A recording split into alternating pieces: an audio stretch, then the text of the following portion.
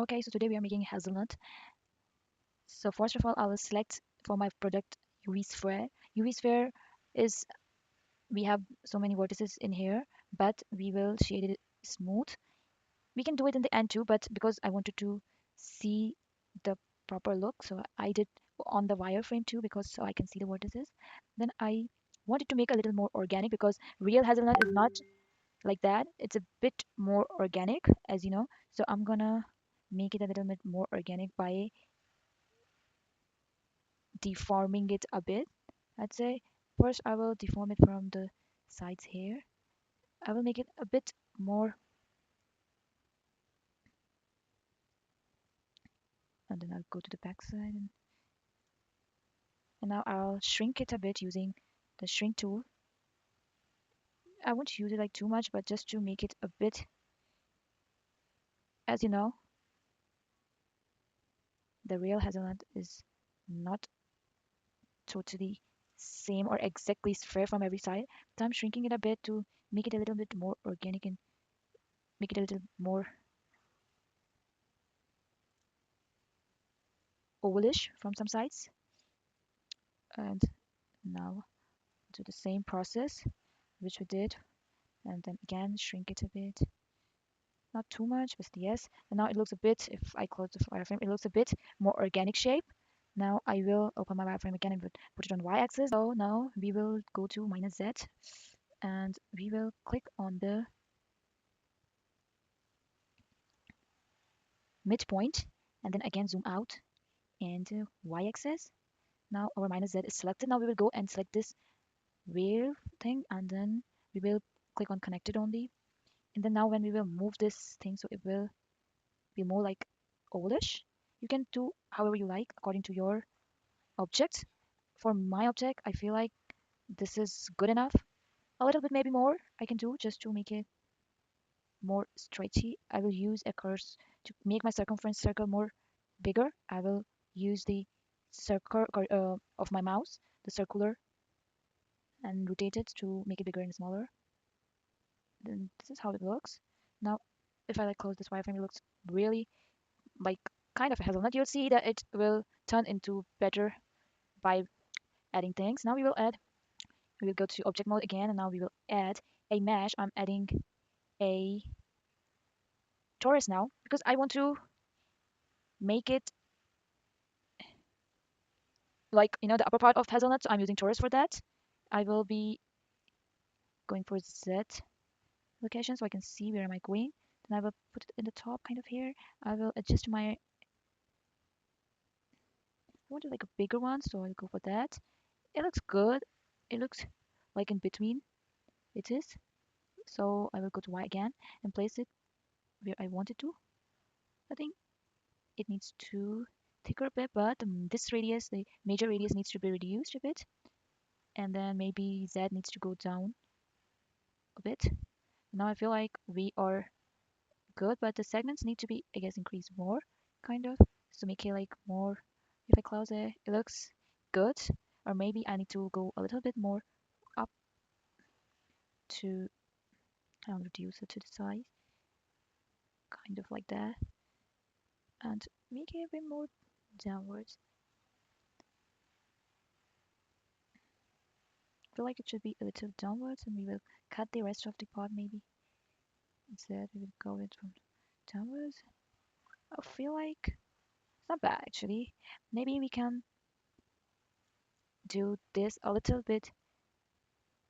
Again, we will go to the -z axis. In edit mode, we will select the point, go to y axis.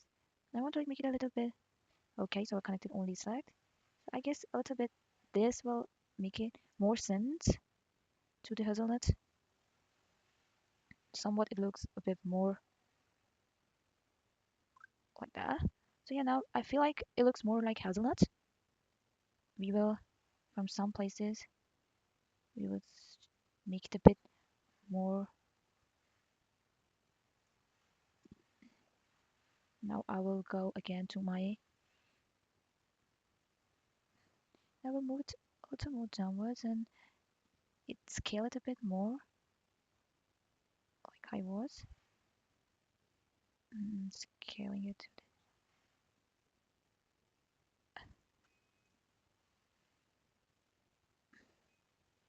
And I feel like it looks kind of good if you see like that, you know. But I feel like it's not completely. If you see like that, it looks stretched from one side, so we will stretch it from other side too. We'll go on the z-axis, and I will stretch it from this side too, so it's equal now, and it looks quite pretty defined. I will.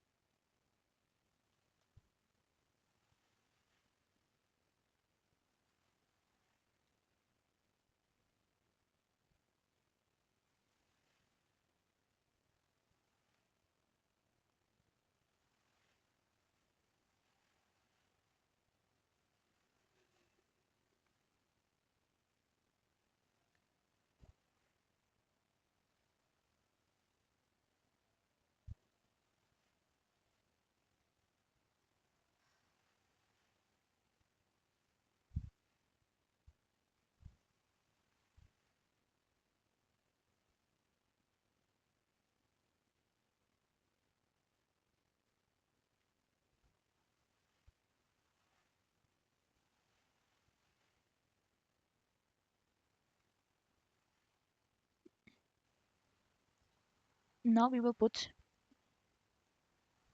add a mesh to create hazelnut sticks, like you know, the one on the trees, smooth ones.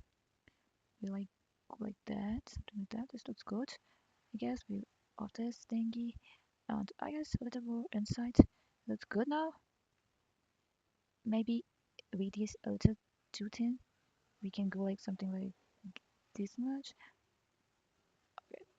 like something in between. Yeah, I think this looks good. And now I will add one more.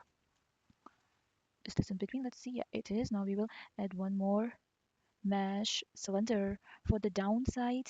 We will take to the downside and voila, here it is. It's something like that. It looks so good. It looks organic.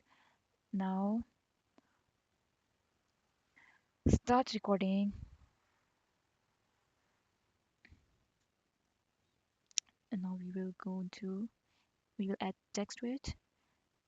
We'll use X. We'll rotate X to somewhat like 90 and Z will like minus, maybe X will like minus 90. No, 90 was good. Then Z will like 90. For X we will do 90, and for Z we can do minus 1. And maybe, okay, yeah, it looks good. Somewhat changed to good. We will check the, we will keep it like that. And if you want, you can like decrease its measurements. I want like the location of the text to be a bit more upwards because it is like now more downwards. So yeah, I like it. No, but the text is like too big, so we can like scale it down too. Go into text and we can change the spacings and font. Right, so to extrude it. This is good. This is working fine. We'll add a little depth to it. I guess it's good. And it's like on y-axis. You see? Yeah, that's good. Okay, now maybe we can do a little bit more, scale it, like you know, more nearer to and the y, a little more like that. That's good. To me, it looks good. You can adjust it as you want. Now we are done with our font. Now we will do our our objects to shine up. We'll add the sun, and let's see where is our sun.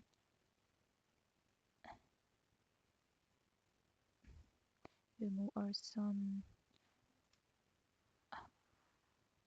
Take it somewhere near here, like that. The curvature should fall on our. We will give a nice color to our hazelnut. We'll go to Taurus and we will go to material. Here we have materials. We will add color to it, roughness to it.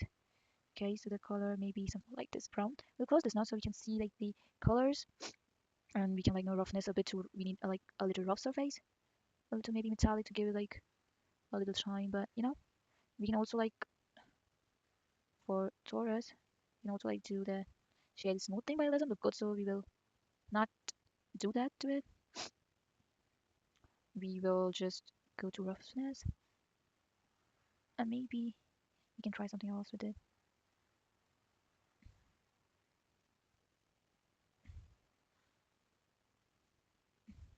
Maybe because maybe something works out better than, but I feel like this is the most pretty color it's giving. Then we will change the material of our sphere, make like something a little lighter shade, so like you know, like hazelnut. Yeah, it looks good. We can also use it for like a head material. I want to like a little more saturated maybe. Okay, this something like looks good. Now we will select the head and we will begin choosing materials from this. And yeah, hold on, it's the same material now. Then for this tick, I want to go for the same material as this. And for the this tick, I also want to go for this shade. And it looks good. Let's just need some more roughness to it. And maybe we can use other settings. Now we will add a separator here. Vertical split kind of like here. And we will open our shader editor here.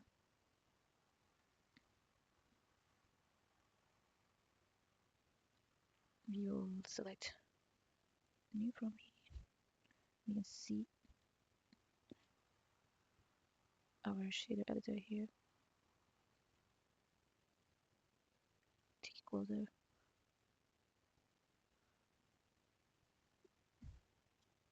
And we will like add more roughness to our thing. You can see it like looking more rough now. For this too, we will go for more rough surface. Look a bit more rough.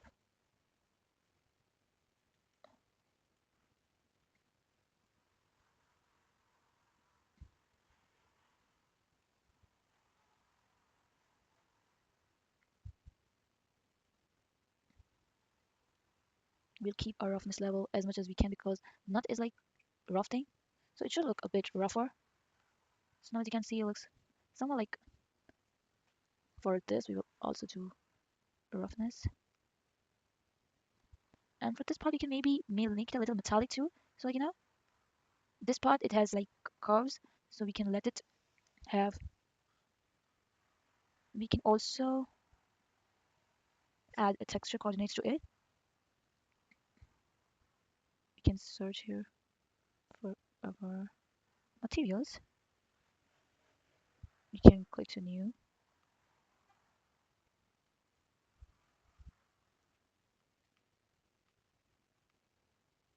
Let's let's work on text first. Now we will see that this ice sage looks quite good. I like even the color, but still we will add some color to it just to give it a little more meaning to it. But you know the ice age thing, it's more of like you know on ice, so we will keep it something like that, something this color. It's not even off; it like goes with it somehow. It looks bricky, or maybe we can like go for white.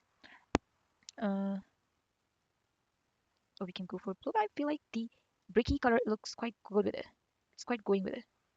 It gives it a feel, and the bluish one looks like yeah, we are talking about Ice Age, and we can give other effects to it, like brick effects to it. Now we will put one more light in it, so it's a little bit more. We always use two lights because the light helps to. Okay, this is like our first light. Where is it? Oh, here on the. Here we go. We have this light. This is our first light. This is our second light. We will bring this light kinda to life. Move to. We will because our one light is there, so we will put another light totally opposite from it. So we can go down. even more down. Put our somewhere like here, just to keep it in another direction.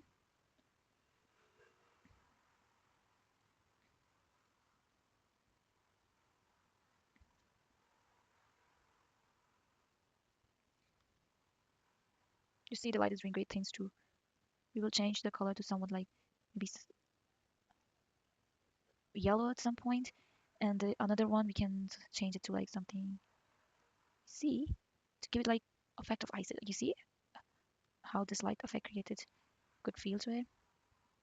Now we will move forward towards animation, and we can do like something revolving. We can make this text revolve. So like we'll go on the first node of, we'll see that we need to like move it around the z, somewhere like if we are on the y-axis, or maybe a little bit here. So like going to from here. Okay,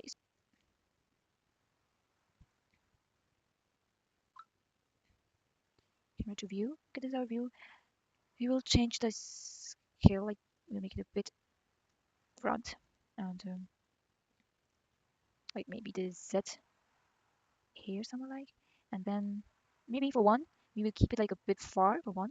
So we will mark a point here, the one, and then we will move towards somewhat like 40 clip, and then we will put it like somewhere like here, 80 seems good, and then we'll mark a point here. Now let's see what how it is.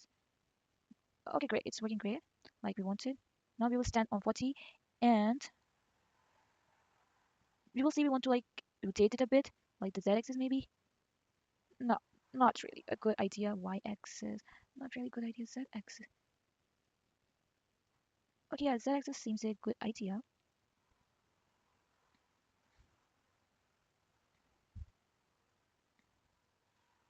And now we can like turn over the z-axis. Like here it's like that, and maybe like it will go around like that. We'll move around like that.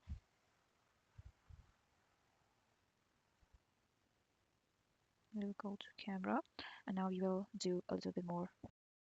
Right, we will make it a little bit more nearer. So for here, then we will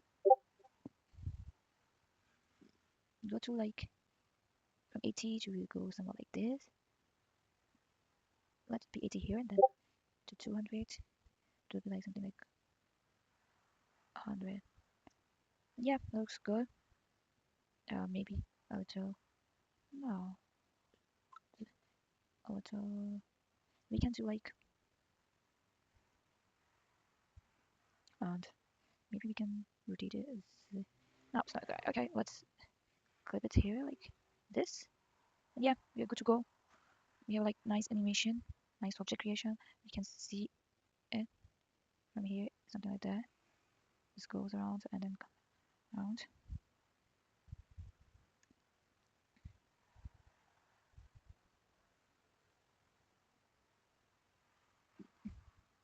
Okay, now we will save it according to here. From here, we can set the resolutions, and we can set our where we need to save our file. So like we will do it 1920 to 1080p resolution, and we can go for like 240 frames are good, 250 frames are good, and we have like frame range 1. We are saving it to file format MP4 FFmpeg. We will save it in the place. The color coding, color management, we will put AGX, and the file extension we need to save we will put as desktop, and we'll name the file like ice age, name file as was there, ice age. Now we will render our animation and we'll see how it is.